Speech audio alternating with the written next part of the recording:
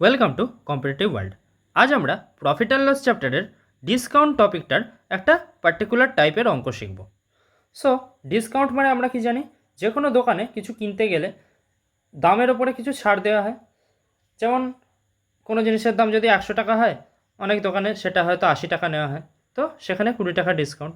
আবার দামের মাধ্যমে ছাড়াও আরেকভাবেও ডিসকাউন্ট দেওয়া হয়, সেটা হলো একই জিনিসের দামে একাধিক জিনিস দিলে।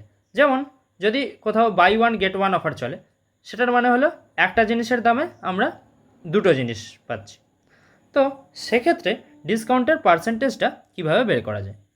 সো যখন একটা জিনিসের দামে একাধিক জিনিস পাওয়া যায়, সেই ক্ষেত্রে ডিসকাউন্টের ফর্মুলাটা হলো number of free items by number of total items into 100। এবার একটা এক্সাম্পলের মাধ্যমে দেখে নেওয়া যাক। ধরি কোনো দোকানে আমরা বাই 3 গেট 1 অফার পাচ্ছি।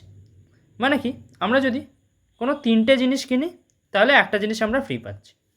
সো এখানে নাম্বার অফ ফ্রি আইটেম কত? 1। আর নাম্বার অফ টোটাল আইটেম কত? 3 কিন্তু নয়, নাম্বার অফ টোটাল আইটেম হলো 3 + 1, কারণ 3টে আমরা কিনছি আর একটা ফ্রি পাচ্ছি। সো ইন্টু 100, মানে 1/4 ইন্টু 100, এটা কাটলে পাই 25। সো ডিসকাউন্ট হলো 25%। থ্যাংক ইউ, দেখা হচ্ছে পরের ভিডিওতে।